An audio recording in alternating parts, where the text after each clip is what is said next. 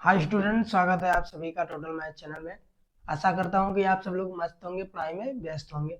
आज के इस क्लास में हम बात करने वाले हैं चर संख्याएं और अचर संख्याएं क्या होती है, इसको हम लोग सीखेंगे। ठीक है, तो सबसे पहले हमारा होता है चर संख्या और दूसरा क्या होता है अचर संख्या। ठीक है, ये दो प्रकार की संख्या है और इन्हीं संख्याओं से मिलकर हमारा अलजेब्रा का सवाल बनता है। अलजेब्रा मतलब बीजगणित का शुरुआत इन्हीं दो संख्याओं से होता है। कैसे होता है, जैसे मैं बता दूं, 5x प्लस 4y मैंने लिख दिया तो अलजेब्रा का ये सवाल बन गया। क्या बन गया? ये बीजीय व्यंजक बन गया। व्यंजक ये है। ठीक है, तो इसमें देख सकते हैं कि इसमें x और y है, अल्फाबेट के नंबर भी हैं और काउंटिंग करने वाले 5 और 4 भी हैं। तो ये दोनों प्रकार की संख्याओं से मिलकर बने हैं। अल्फाबेट जो नंबर होते हैं वो होते हैं चर, और जो काउंटिंग करने वाले नंबर होते हैं वो होते हैं अचर। इन्हीं दोनों प्रकार के संख्याओं को हम इस वीडियो में सीखने वाले हैं, कौन सा होता है चर और कौन सा होता है अचर। ठीक है, तो सबसे पहले मैं बात करने वाला हूं कि चर संख्या क्या होती है। ठीक है, वेरिएबल। वेरिएबल इसको इंग्लिश में कहते हैं वेरिएबल। ठीक है, इसको इंग्लिश में कहते हैं कांस्टेंट। ठीक, तो चर संख्याएं ऐसी संख्याएं होती हैं जिनका मान परिवर्तित होता रहता हो, हमेशा बदलता रहता हो, परिवर्तनशील हो। चर का मतलब चलने से, जो हमेशा चलता रहे। चलने का मतलब मान बदलता रहे। जैसे आप सभी ने कभी ना कभी देखा होगा कि जैसे x के बराबर 0, x के बराबर कभी 5, x के बराबर कभी 8, x के बराबर कभी 120, ऐसे ऐसे इसका मान बदलता रहता है। ठीक है, तो ये संख्या हमारा बदल रहा है, अर्थात परिवर्तनशील है। कभी 0, कभी 5, कभी 8, कभी 120, तो ये परिवर्तनशील है। तो ये संख्याएं हमारी हो जाएंगी चर संख्याएं। चर मतलब ये चल रहा है, इसका मान परिवर्तित हो रहा है, कभी 0, कभी 5, ऐसे। तो आप सब समझ सकते हैं, जिन संख्याओं का मान परिवर्तित होता रहता है वो संख्याएं हमारी होती हैं चर। चर संख्याओं को हम अल्फाबेट, इंग्लिश के अल्फाबेट से लिखते हैं। ठीक है, इंग्लिश के अल्फाबेट से लिखते हैं, जैसे ए बी सी डी, ऐसे ऐसे जेड तक इंग्लिश के अल्फाबेट से इन्हें दिखाते हैं, लिखते हैं। और हिंदी के अल्फाबेट से, जैसे का, खा, गा, ये हो गए हिंदी अल्फाबेट। और इंग्लिश अल्फाबेट या किसी वस्तु का नाम, जैसे कार, बस, है ना, ट्रेन, है ना, कपड़ा,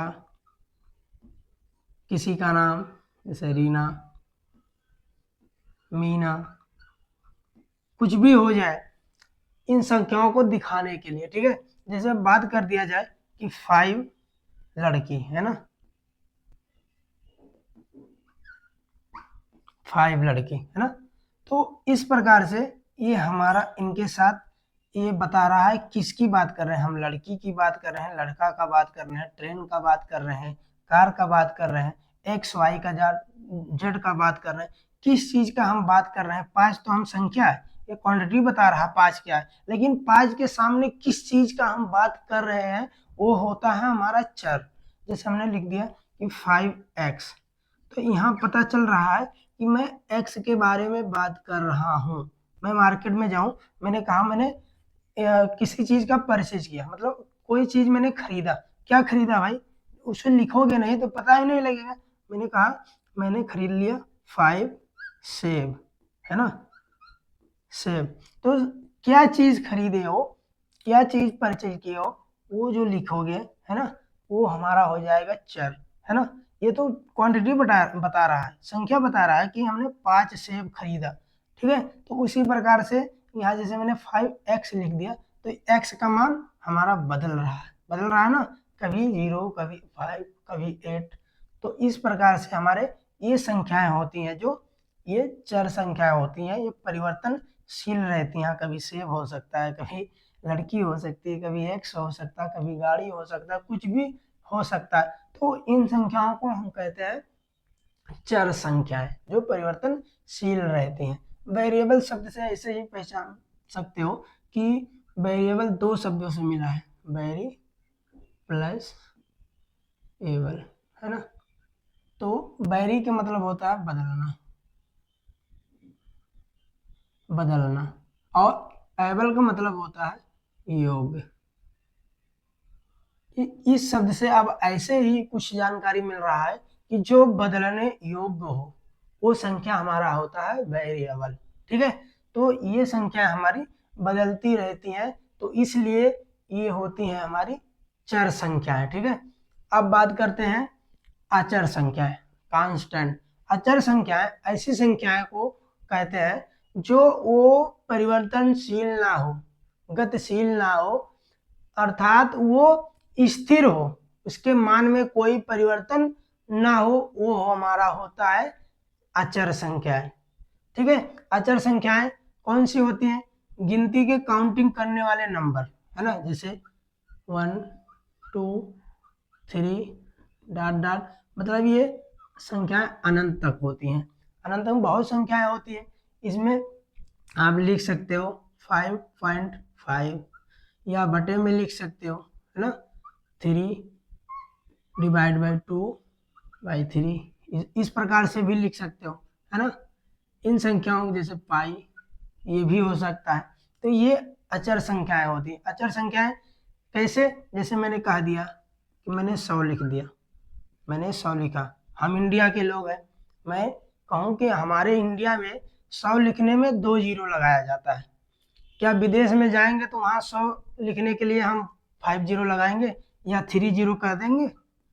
ऐसे नहीं कर सकते हैं। ठीक है, हमारा ये जो है यही रहेगा, ये 110 नहीं हो सकता है, या ये 90 नहीं हो सकता है, जो हमारा है वैसे ही रहेगा। यदि ऐसा नहीं होता तो हम लोगों के लिए बहुत अच्छी बात ये होती कि जैसे मैं कह दूं कि मैं 100 रुपया लिखकर, जैसे गूगल पे फोन पे का जमाना है, कि विदेश में जाकर मैं किसी के पास मैंने 100 रुपया भेज दिया, 2 जीरो लगा के मैंने 100 लिख के किसी को सेंड कर दिया, उधार दे दिया। अब मुझे रिटर्न लेना हो तो विदेशी से लेना है, मैं कह दूं भाई हमारे यहाँ तो 100 रुपया देने के लिए 2 जीरो लगा के मैंने दे दिया। अब आपके यहाँ ऐसा होता हो कि 100 रुपया लिखने के लिए 3 जीरो लगाया जा रहा हो, तो हमारे लिए तो अच्छी बात है, हमें लौटाइए 3 जीरो लगा के हमारे पास सेंड कर दीजिए, तो अच्छी बात है या नहीं। तो इसका कहने का मतलब ये है कि ये अचर संख्याएं जो है वही रहेंगी, चाहे हमारे यहाँ इंडिया में हो या विदेश में हो, जो है वही रहेगा। यहाँ 100 लिखने के लिए 2 जीरो लिखा जा रहा है, तो विदेश में 100 लिखने के लिए 2 ही जीरो का उपयोग करेंगे। इसको लिखने के लिए ना हम इसको ये लिख सकते हैं और ना इसको हम ये लिख सकते हैं, जो है वही रहेगा, अर्थात ये परिवर्तित नहीं होगा, परिवर्तनशील नहीं होगा, जैसे का तैसा ही बना रहेगा। ये अचर संख्याएं होती हैं, और इन्हीं दोनों संख्याओं से मिलकर हमारा बनता है अलजेब्रा। अलजेब्रा अर्थात बीजगणित। बीजगणित का ये दोनों संख्याएं शुरुआत का जो इनका जोड़ घटाव गुणा भाग किया जाता है, इन्हीं संख्याओं का मेल से हमारा बीजगणित बनता है। और बीजगणित का ये शुरुआत है, यहीं से आगे हमारा बीजगणित का सिलेबस चलता है। जैसे मैं कह दूं कि y बराबर 6x + 2z, तो ये देख लीजिए अलजेब्रा का ये समीकरण है, ये समीकरण है। ठीक है, x + 4 2y, ये समीकरण नहीं है, ये व्यंजक है, ये व्यंजक है, ये समीकरण है। समीकरण क्या होता है, व्यंजक क्या होता है, और सर्वसंख्या क्या होता है, ये अलग अलग चीजें हैं। आप सभी को ऐसा लग रहा हो कि ये सब चीजें सेम है, लेकिन सेम नहीं है। कभी अलग वीडियो इसके लिए बनाऊंगा, समझाऊंगा कि समीकरण, व्यंजक और सर्वसंख्या और बहुपद ये सब क्या होते हैं, इसका अच्छे से जानकारी देंगे। इस वीडियो में केवल हम समझेंगे कि चर और अचर क्या होता है, बस यहाँ तक। और हम लोग समझ चुके हैं कि चर और अचर क्या होता है। मैंने सबसे पहले बात किया था कि जैसे मैंने लिख दिया 5x + 4y, ये क्या है, एक व्यंजक है। तो इसमें व्यंजक को बनाने के लिए हमें किस किस संख्याओं का उपयोग करना पड़ा, चर और अचर। मैंने ये कहा कि चर संख्याएं वो होती हैं जो अल्फाबेट के नंबर से लिखा जाता है। तो आप देख सकते हैं यहाँ x और y दो संख्याएं लिखे हैं, तो ये क्या हो गया, हमारा चर हो गया, चर हो गया। और इसी में मैंने लिखा है 5 और 4, ये क्या हो गए, अचर। तो इन दोनों प्रकार के संख्याओं से मिलकर हमारा ये व्यंजक बना, और व्यंजक से हमारा बीजगणित का शुरुआत होता है। आशा करता हूं कि आप सभी को चर और अचर संख्याएं समझ में आया होगा। यदि आप सभी को समझ में आया है तो एक प्यारा सा कमेंट करके और लाइक करके हमें बता दीजिए कि हाँ सर, आपका तरीका, आपके वीडियो में जो आपने बताया चर और अचर क्या होता है, मैं समझ गया हूँ। ठीक है, तो हमें मोटिवेशन मिलेगा कि हमारे जो स्टूडेंट हैं समझ रहे हैं। ठीक है, मिलते हैं छोटे से ब्रेक के बाद नेक्स्ट वीडियो में। ओके।